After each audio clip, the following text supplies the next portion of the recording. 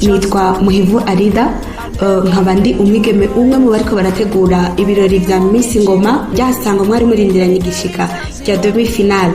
Ryageze murabizi ni vendredi kuri wa gatanu itariki 13.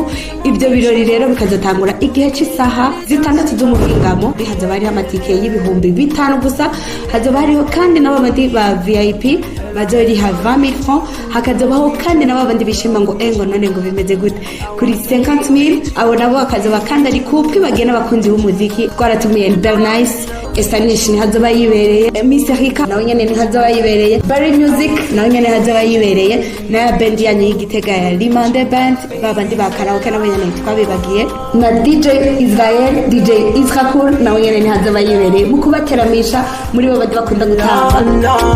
Baby Milano, save money and save the day. Baby Milano.